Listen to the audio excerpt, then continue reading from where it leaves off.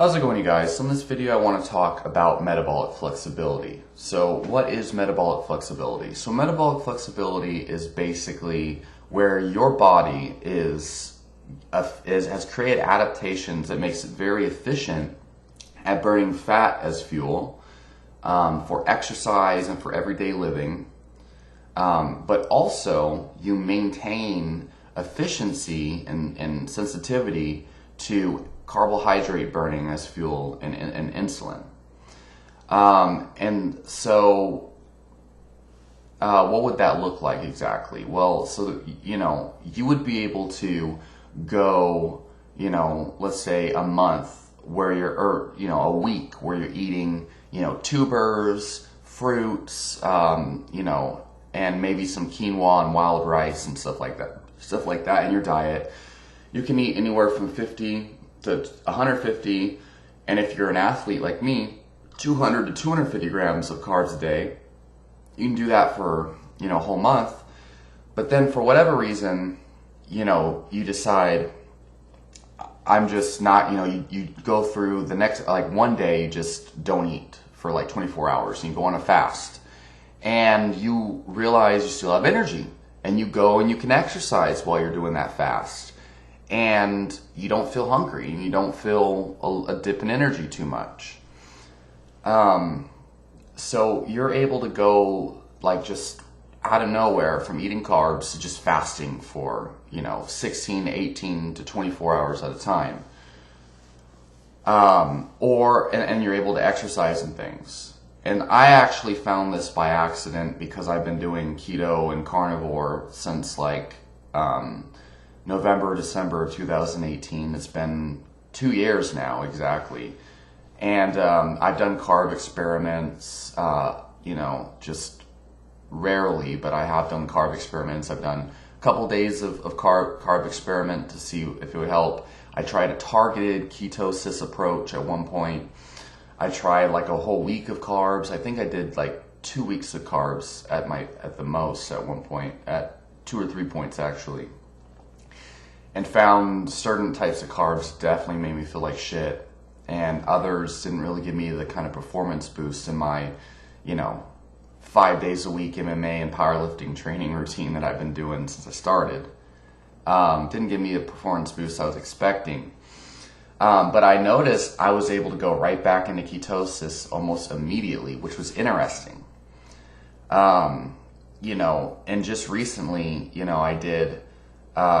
So I was eating carbs for about a week or so, maybe 2 weeks. I tried adding some honey and doing this dumb Paul Saladino style carnivore thing, where I was eating, 50 to 80 grams of carbs from like honey and dextrose powder in a targeted type of approach.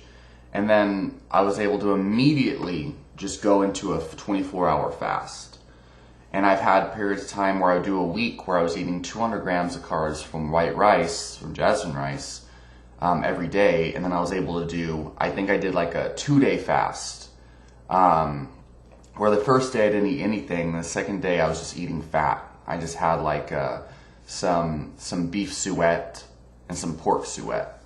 And I remember just feeling like no hunger at all, probably because of the fat. And I'm still able to train during these times. Like I do my powerlifting and I hit a PR, don't lose any strength at all on my program. Then I'm able to go to jiu-jitsu afterwards and maybe hit another jiu-jitsu routine later on that day. And so this is metabolic flexibility. That's a great example of it. You're able to eat, you're able to go low carb or no carb for like a week, and then you're able to eat some carbs for a week. And then you're able to fast for an entire day and then go low carb and go back and forth between eating carbs and feeling good and then eating no carbs and feeling good and then eating nothing and feeling good. So it's making your body more resilient to whatever energy source you give it, it's able to adapt. And that's how our ancestors probably ate the most. That's probably how they ate. And so some great resources for this would be Mark Sisson and the Primal Blueprint, because Mark Sisson, I think, was one who really popularized this idea. And I think that's what the Primal Blueprint was mostly aiming towards. At first, it was not about keto it was about fat adaptation, which is not exactly the same as keto adaptation. And Rob Wolf has released a lot of material on this as well. He's done a presentation at Low Carb Down Under in 2017. It's called The Rosetta Stone of Health, Metabolic Flexibility. He talked about this. I think Ben Greenfield used to, like, his style of endurance training and dieting was surrounded by this. And so you have a lot of resources where, especially back in the old school marathon endurance training community, they talk about periodizing carbohydrates. So where they go, a month where they do low carb to get their body adapted to burning fat and get it used to training where there's no energy available. And then they do a month of higher carb. And then,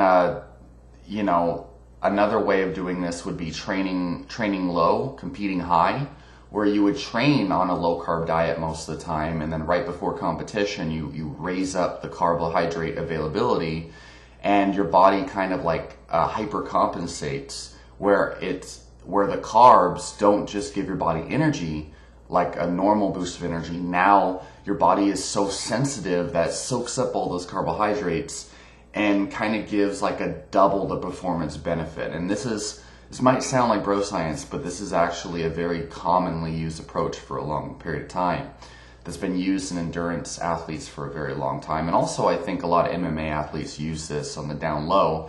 When they're weight cutting, they do like 2 weeks of a very low carb diet, and then right after the weigh-ins, they just binge on carbs or whatever. They carb load real high, and they feel like they get even more of a boost of energy because their body's been so low with those energy substrates for so long.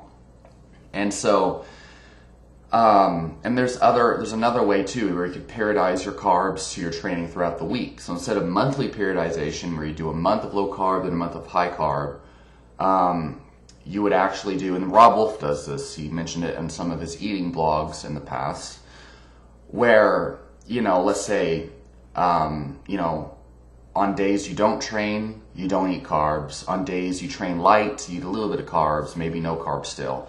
Days you train heavy, like your hardest days of training, you can eat anywhere from 50 to 100 grams of carbs and still remain in ketosis, which is another thing people don't realize, is ketosis is not an on and off switch, where you eat a ton of carbs one day and then you're just kicked out of ketosis, then you got to readapt and all this crap. It's not really like that. Especially if you're an athlete, and I'm not talking just lifting weights. You don't need carbs for strength training or bodybuilding. But, doing MMA every day, sprinting and stuff like that, and you're doing weight training, you could eat like 100 grams of carbs and remain in a pretty deep state of ketosis most of the time. Carbs might kick you out of ketosis for a couple hours. Maybe 9 hours at the very most if you eat a lot of them at once. Your body will use up those carbs and then go right back into ketosis. And if you're in the middle of keto adapting, that might interfere with the process of keto adaptation. But as long as you keep the carbs low enough and you're training hard enough, your body is adapting to remain to survive and to remain in homeostasis. So it's not going to just stop adapting and then readapt. It's going to use up whatever carbs you give it, and then it's going to go right back to building the same machinery it was needing in the first place. It just might take longer, depending on how fat adapted or keto adapted you are in the first, initially before you try this protocol. And that's why usually when people talk about metabolic flexibility, like Mark Sisson mentioned in the Keto Reset, which I haven't read thoroughly yet, unfortunately, but basically you do like 30 days of where you just do strict ketosis, kind of like the Atkins induction phase. This is kind of the idea of Atkins is, the first month, very, very low carbs or no carbs, and then you slowly add carbs back after that period, because now your body's already built the mitochondrial density and the other metabolic adaptations it needs to turn body fat into fuel. And now you give it a little bit of carbs, and it uses that strictly in place of gluconeogenesis for whatever demands it needs.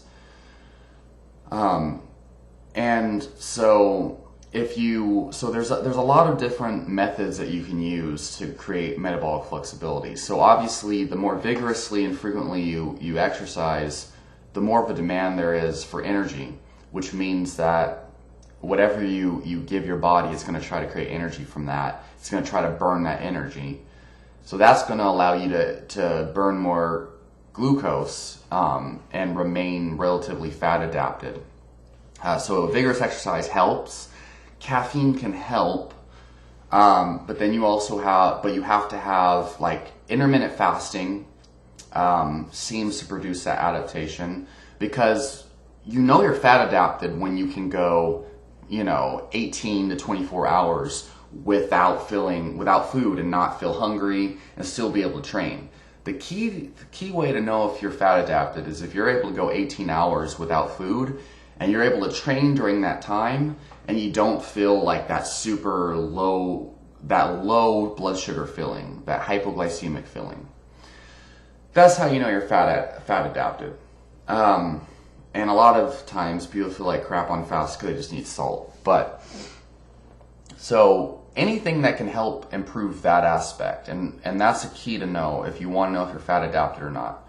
Be able to exercise after an 18-hour fast, which I can do multiple times. So my body's pretty efficient at burning fat as fuel. And if I go too much on the carbohydrate spectrum, I'll feel pretty crappy for it. Intermittent fasting will help you get there. Obviously, low carb diets will help you get there. So if you're eating, a low carb, high fat diet like Mark Sisson preaches on the Primal Blueprint, and you're eating in that 50 to 100 gram of carb range per day, and that can over time, along with vigorous exercise, help you build that machinery, that fat burning machinery. But it can take 1 to 2 months in order to do so, to the extent that I'm talking about, where you can fast and everything. But it'll help, and that's why a lot of people talk about easing into it by doing a Primal Blueprint diet, then a keto diet, then a carnivore diet. But some people find that when they go keto, they experience like just crazy period of adaptation that they were never prepared for regardless. So, it's going to depend on the person, obviously, but a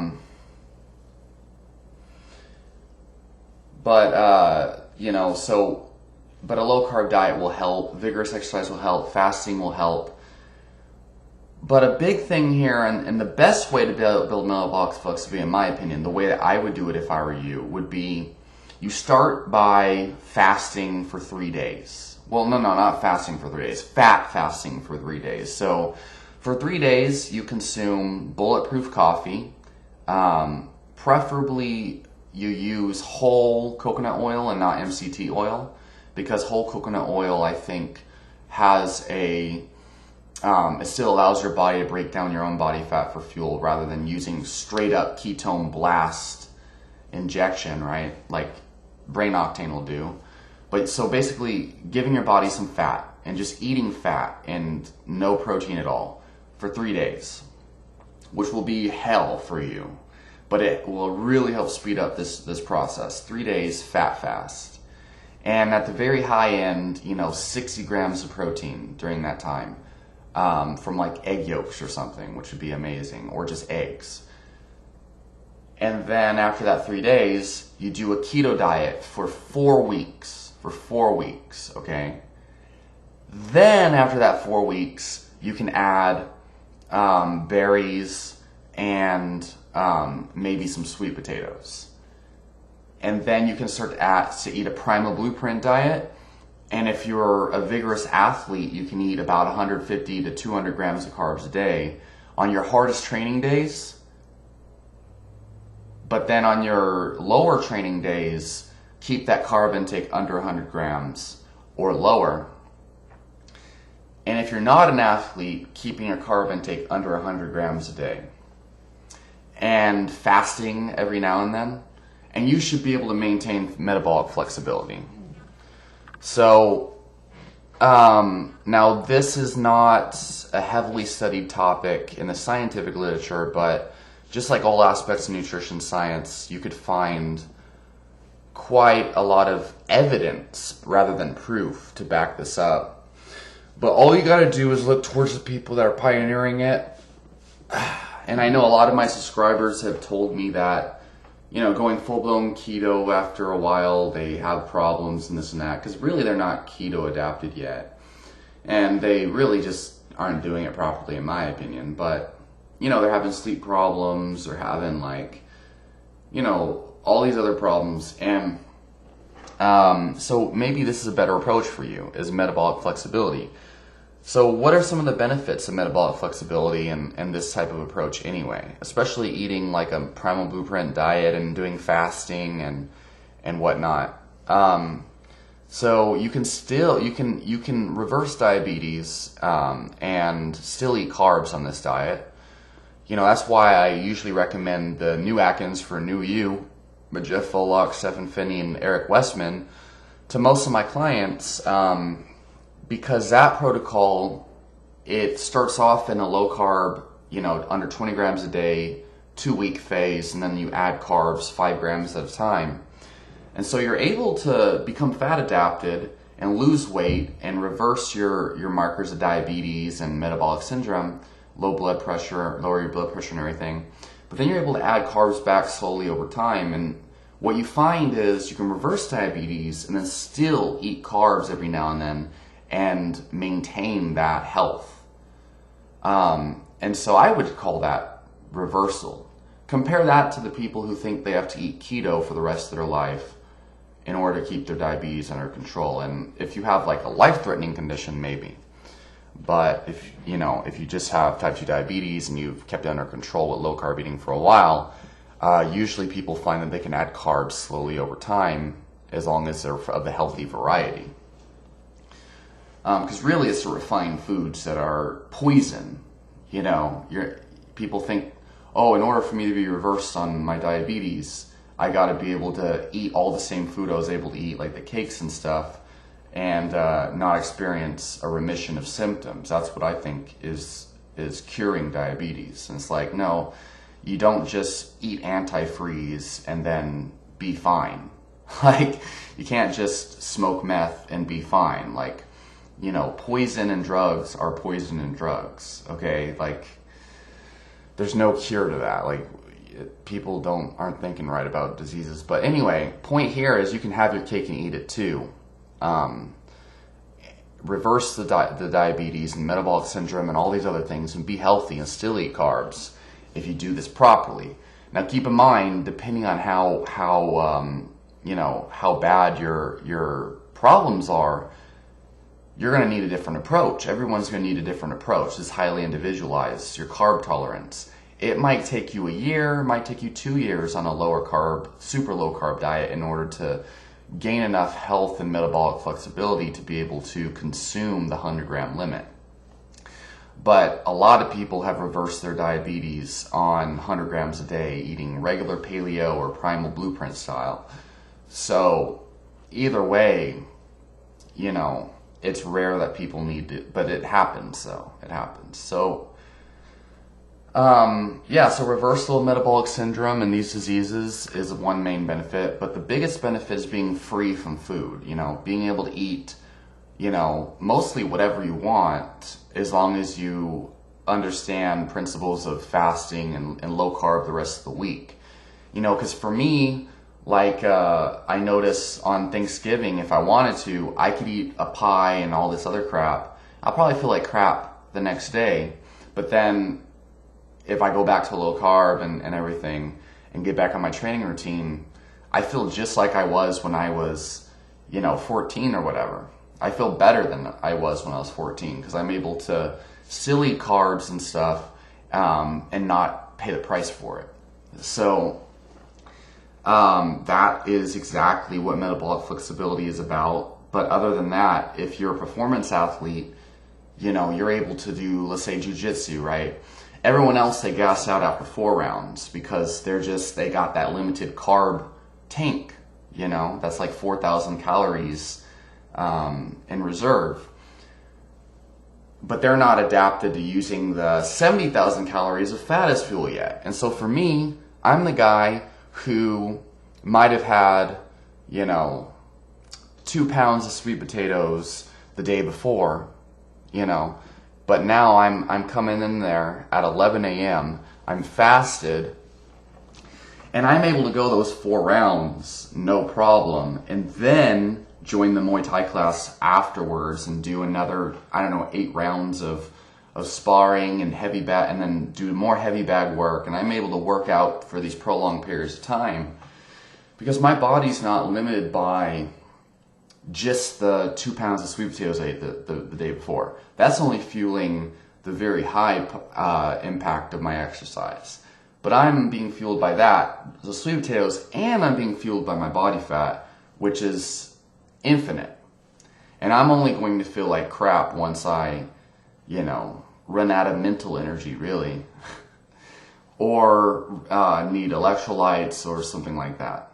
So, or when my nervous system is exhausted is probably when.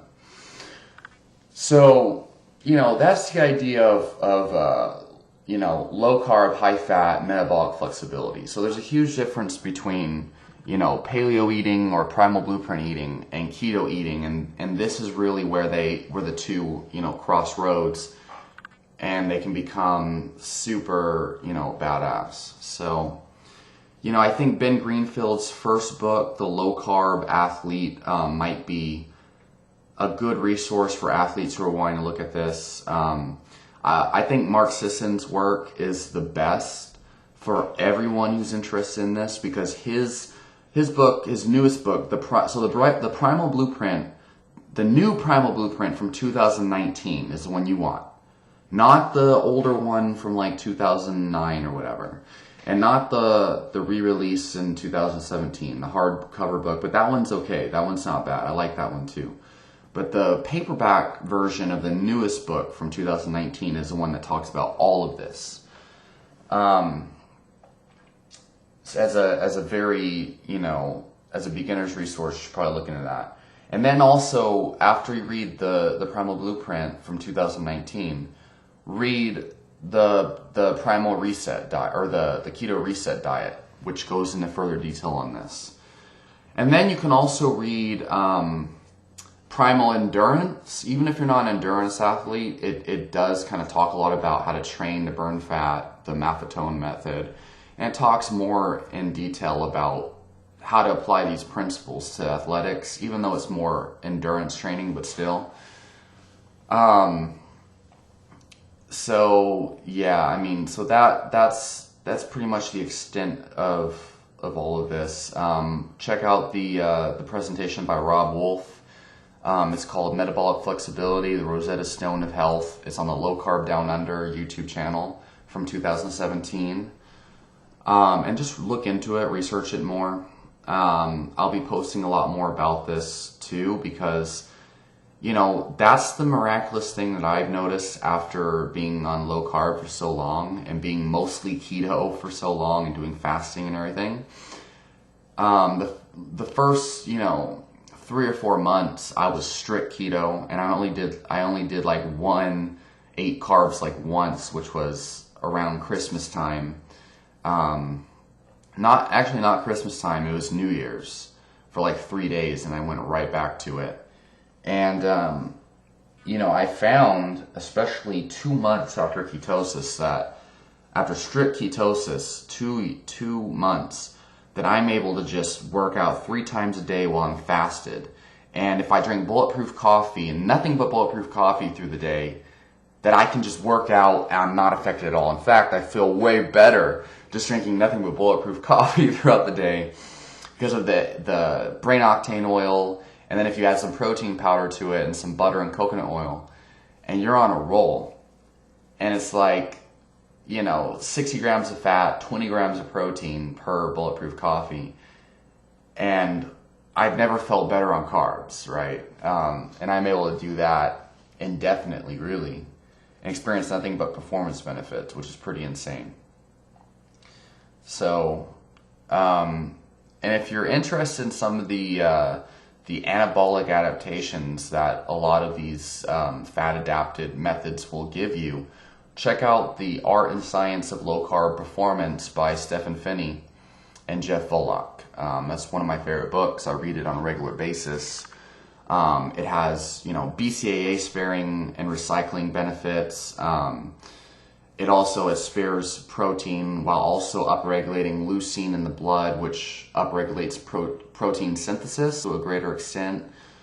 Has direct antioxidant benefits by the very nature of not burning carbohydrate, which creates reactive oxygen species and glycation on a regular basis, but also beta-hydroxybutyrate, one of the main ketones in the blood, and ketosis in low carb actually is it has antioxidant properties itself. And then also you become more efficient at utilizing oxygen. Dom D'Agostino has worked with deep scuba divers and military on this aspect alone, and fighter pilots and things. So anyway, check into all of that stuff. It's all in the Art and Science of Low Carb Performance. Post your comments and questions, and if you're fascinated by this concept of metabolic flexibility, let me know down below. Share any books or resources on this subject if you are interested. 'Cause I'm interested. I want to know what books have you read about this, and what are some resources you found helpful. Talk to you guys next time.